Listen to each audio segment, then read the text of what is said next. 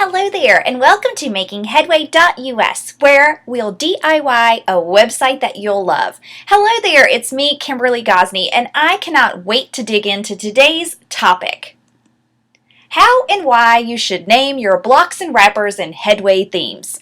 I get asked this question a lot, and most of the time when someone is asking me this question, they don't know that what they needed to do was name their blocks and wrappers, but what they have is a site that has got all these tons and tons of different blocks and wrappers, and now they're looking to make the process of cloning and mirroring and creating shared layouts easier.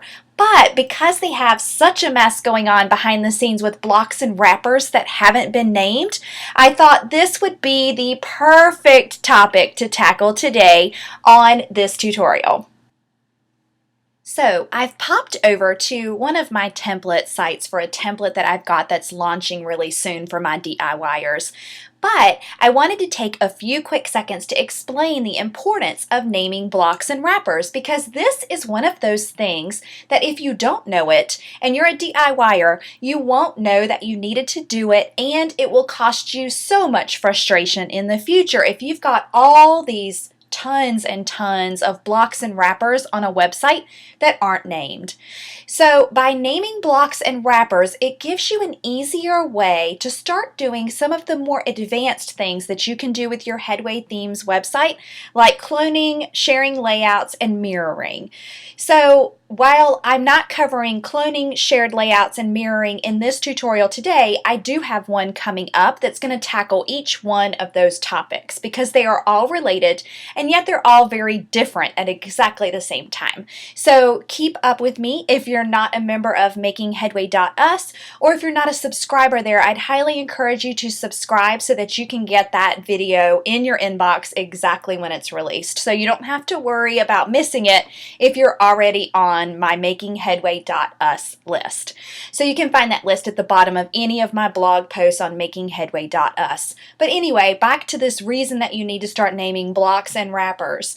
And that's because as your site has more and more and more pages, especially if you like the kind of Headway Themes site where your pages all look a little bit different. So you have some landing pages, some sales pages, some pages with content only or content sidebar, and you've got all these different looks. Well, each time you make those different looks, guess what? You've got more blocks and more wrappers that you're dealing with. So if you've been building a website with Headway Themes and you've been DIYing it, I want you to go in to the blog page of your site first and start here. All you're going to do is you're going to open that blog page up in the grid editor. So I'm going to do that right now so I can show you. And I'm using Headway Themes version 3.8.8 for this tutorial. So I'm on Headway, Visual Editor, and Grid. And notice that I'm on the blog page of my website while I'm doing this. I like to think of the blog page as the main brain page of your website. And if you know me, you know what that means. And if not, guess what? It's really important that your site has one main brain page. Maybe I need to do a tutorial on main brain pages. But anyway, here we are inside the back end of this actual template that I'm creating here in Headway Themes. So each of the squares or rectangles, each of the rectangles represents a different block style. And right here where I have this one little blue block, that's a mirrored block. And we'll get to that in another tutorial. But the most important thing that you can do for yourself as you're starting with Headway Themes is to go ahead and name your blocks and your wrappers. And you want to be really consistent with the naming of things so that you know that every time you do a certain type of block, it has a specific name. And I know that this tutorial is really hooted up in tech stuff, but just know that as long as you're naming your blocks and you know what you've named them, you can never go wrong, and you can always change these names later on too. So none of the names are set in stone. They're just here to guide you and help you along the way. So this site follows a pretty simple structure where there is only one wrapper, so that's only one big chunk in the background, and all of the blocks are fitting inside that. So let me first show you how to name a wrapper. If you click on any of the gray and white stripey in a grid, You right click there, you'll be in the wrapper section. And what you're going to do is you're going to choose set wrapper alias.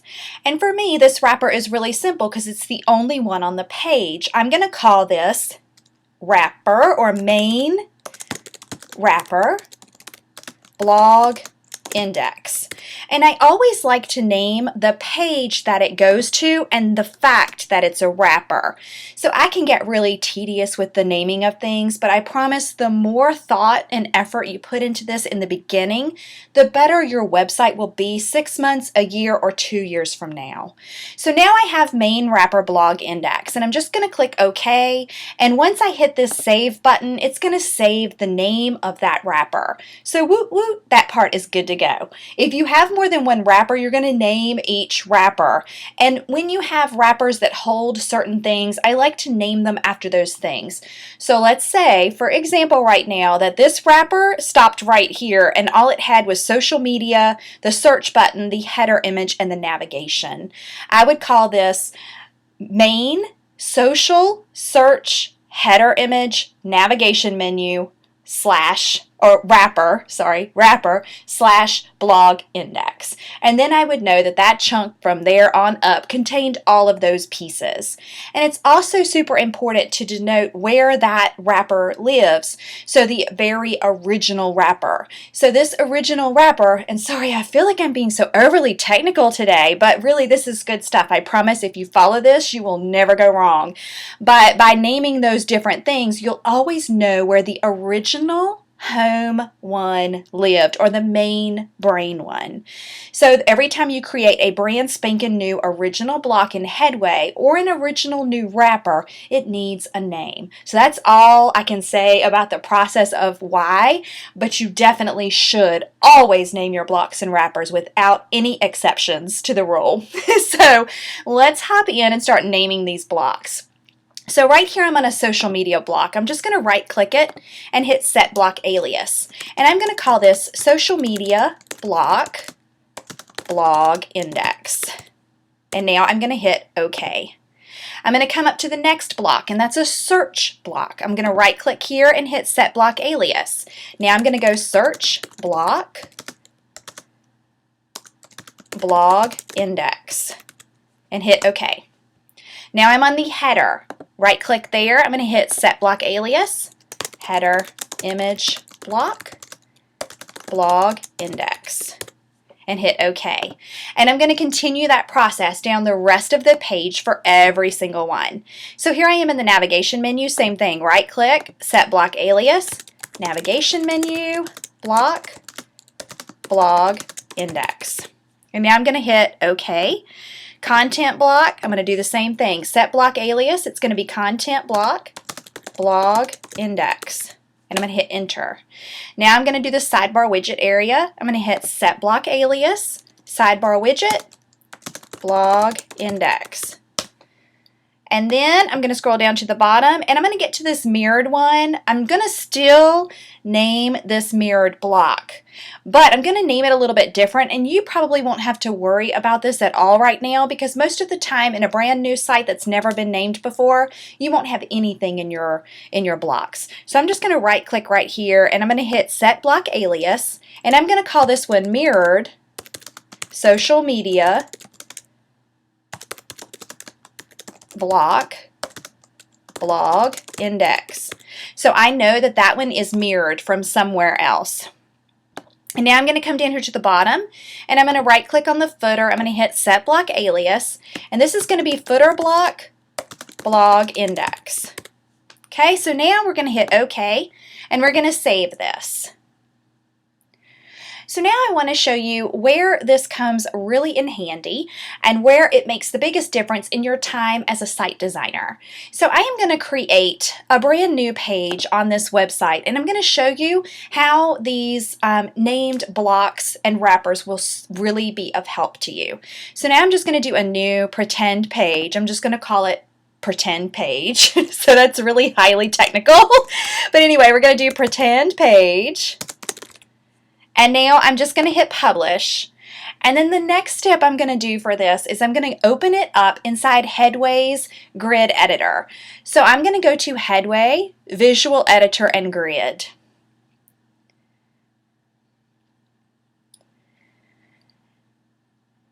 and I'm going to find my page because for some reason it didn't take me to there. I probably didn't wait long enough. So I'm just going to search for pretend page and I'm going to hit edit.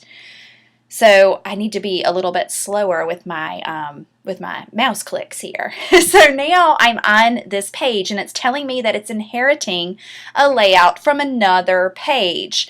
But what I want to do is I want to customize this layout to make it its own unique page. So I'm going to hit customize current layout.